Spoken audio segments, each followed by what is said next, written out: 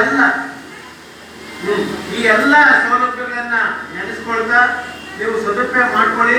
ತುಮಕೂರು ಜಿಲ್ಲಾ ಸಂಘ ಇನ್ನ ಕೆಲವೇ ದಿನದಲ್ಲಿ ಬಹಳಷ್ಟು ಸಕ್ರಿಯ ಆಗುತ್ತೆ, ಹೊಸ ಬಾಡಿ ಬಂದಿದೆ ಅಂತಕ್ಕಂಥ ಮಾತನ್ನು ಹೇಳ್ತಾ ಈ ಸಂದರ್ಭದಲ್ಲಿ ನನ್ನನ್ನು ಆಹ್ವಾನಿಸಿ ಎರಡು ಮಾತಾಡಲಿಕ್ಕೆ ಅವಕಾಶ ಕೊಡಲಿಕ್ಕಾಗಿ ತಮಗೆಲ್ಲರೂ ವಂದಿಸ್ತಾ ನನ್ನ ಸಹಾಯ ಸಹಕಾರ ಹಾಗೂ ಬೆಂಬಲ ತಮ್ಗೆ ಯಾವಾಗಲೂ ಇದೆ ಅಂತ ಹೇಳಿ ಹೇಳ್ತಾ ತಮ್ಗೆ ವಂದಿಸ್ತಾ ನನ್ನ ಮಾತು ಮುಗಿಸ್ತೇನೆ.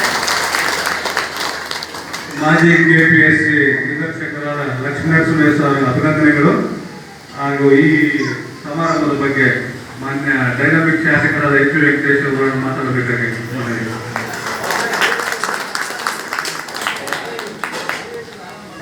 ಈಗ ತಾನೇ ಆಗಮಿಸಿದಂತ ಡಿವೈಎಸ್ಪಿ ರಾಮಚಂದ್ರ ಸರ್ ಅವರಿಗೆ ಅಭಿನಂದನೆ ಸಲ್ಲಿಸ್ತಾ